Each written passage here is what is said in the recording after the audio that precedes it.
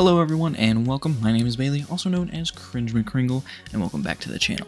Today I'm going to be bringing back a Transformers retrospective on another movie 2007 toy line that quite frankly was not loved or cared about when it came out. The RPM video that I made a few months ago did a whole heck of a lot better than I thought that it ever would. So I had the thought to myself, what if I do that, but with something else? Talk about just a short, quick little line or price point, and just do a quick overview. So, that leads me into today's topic, which is Transformers Real Gear Robots. So, what is Real Gear Robots? Well, glad you asked. Real Gear Robots was a price point for the Transformers 2007 movie toy line that featured figures of characters that turned into modern electronics. Basically, the thought was, what if we brought the premise of G1 Soundwave into the modern era? Or at least the modern era of 20 years ago. There were 8 individual and very unique molds that were created for the small price point of common electronic devices. So going through the characters, we had quite a long list. We had Longview, who was a pair of yellow binoculars, Power Up VT6, a PSP-styled mobile game console, Speed Dial 800, who turns into a friggin' flip phone, Spy Shot 6, a digital camera, Booster X10, an iPod not iPod MP3 player, Zoom Out 25X, a camcorder, High Score 100, an Xbox not Xbox controller, and finally, Meantime, a watch who I actually had as a kid. Drip. Listen, I'm just gonna be straightforward with y'all. These figures fucking rule. First off, some of these figures are actually quite posable and host some good articulation. Also, the designs are super unique and very creative. There legitimately isn't any one of them that I dislike. Longview is one of the most posable and cool of the bunch in his bright yellow color. Flipping down his chest, we find that there is a picture put in there of Bumblebee. He also does have plastic going through the entirety of the figure, which results in you actually being able to look through the lens in binocular mode. It's obviously not the most effective set of binoculars, but the fact that Hasbro even did something so cool is awesome. Power Up is extremely chunky and garish looking. And on his chest we see that there is a picture of a video game featuring Barricade fighting Optimus. There was also a chance that this guy showed Cybertron Jetfire. More on that later. But in the PSP mode, the buttons actually push down and move around. Now moving on to Speed Dial, who is my favorite of the bunch, not only because the robot mode is great, but he's a freaking flip phone. He comes equipped with all of the right details, such as this screen on the outer piece of the phone, and flipping it open, we can see all of the correct detailing. A big old screen with the Autobot logo and the time of 8:04 p.m. But there's also a hang up and answer button along with the numbers and corresponding letters. Also, there's a camera on the back. And then we've got Spy Shot 6, who is a funky looking fellow that has a light piping. Okay, go off, queen. Camera mode is sick and actually comes with molded clear plastic for the flash and the viewfinder. He's also got a shutter button which clicks very satisfyingly. Now in his screen we see Movie Optimus, which is odd because according to the TF Wiki we should see Cybertron Ransack. So this is where the line gets somewhat complicated and maybe a little bit fuzzy when it comes to the history.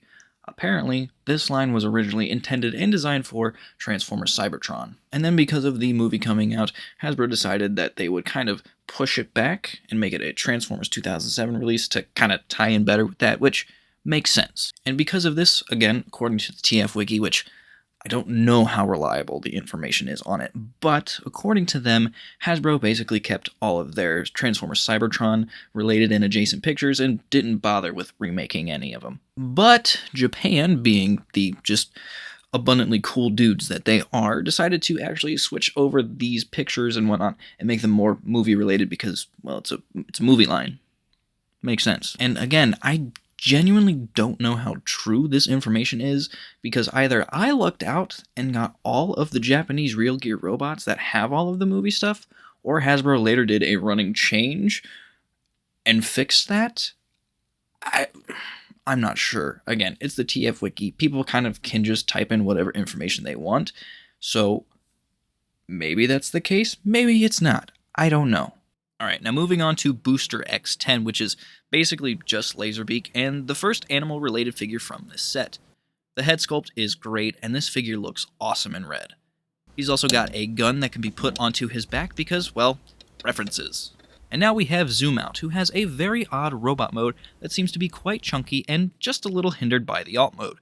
Speaking of which, he turns into a camcorder that does also have clear plastic, similar to long view, to the point where you can look through the viewfinder. Don't actually expect to see anything though, it doesn't work that well. I have no idea. Oh, there it is. Now on his screen we find movie Megatron with, the original head. Now another thing you might see, depending on which version you have, is Cybertron Override, aka Nitro Convoy. And second to last is High Score. His robot mode is a goddamn gorilla. You're not going to get much posing out of him due to this, but he looks sick as hell and has some nice green detailing. Controller mode looks good as well with the D-pad and the buttons, but he's also got some movable joysticks which are kind of placed next to his butt. And finally, we have Meantime. He turns into a purple watch and has a very lanky robot mode. And he also has a molded-in version of himself on his left arm, which I find absolutely adorable. And for some little detailing, he does have the time of 5/17 on his chest, which apparently is a reference to the date that the second Transformers trailer came out. Watch mode is cool, but it's very small. I doubt it will fit on anyone's wrist who isn't a child. I think that works. Oh no, it's slipping. So yeah, that was Real Gear Robots, a very cool and unique... Hold on, I'm getting a phone call. Hello? Yes, this is Cringe. Oh.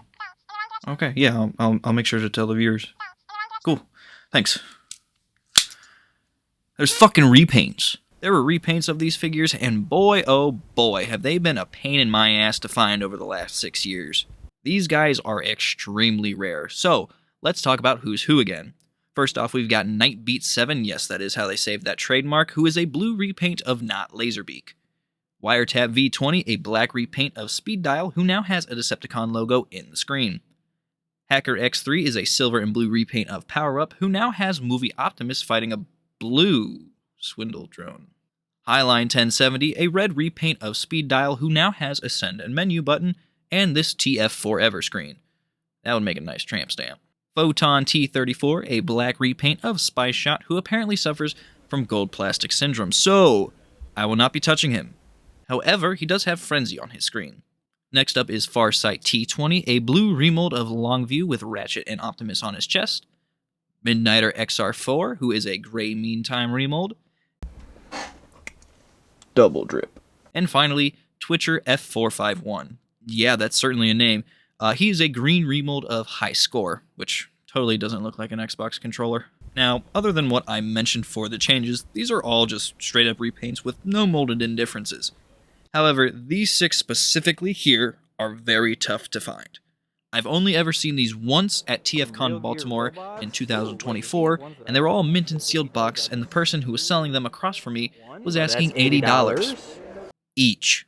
I know that might sound crazy, but what's even crazier is that by the time the weekend was over, all of them were gone. However, I got very lucky purchasing all of my Real Gear robots, as I got them from BeastBot X over on TFW 2005, and I've actually bought quite a number of figures from him over the past few years.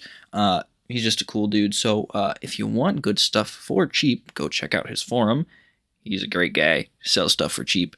I've gotten a lot of grails off of him for normal prices, which I can really, truly appreciate. So thank you, man. But yes, that was Real Gear Robots. An odd toy line that didn't last long, but it had many cool and unique ideas and figures. I really can't believe that it's been almost 20 years since this toy line came out. I mean, we're next year, this is 20 years old.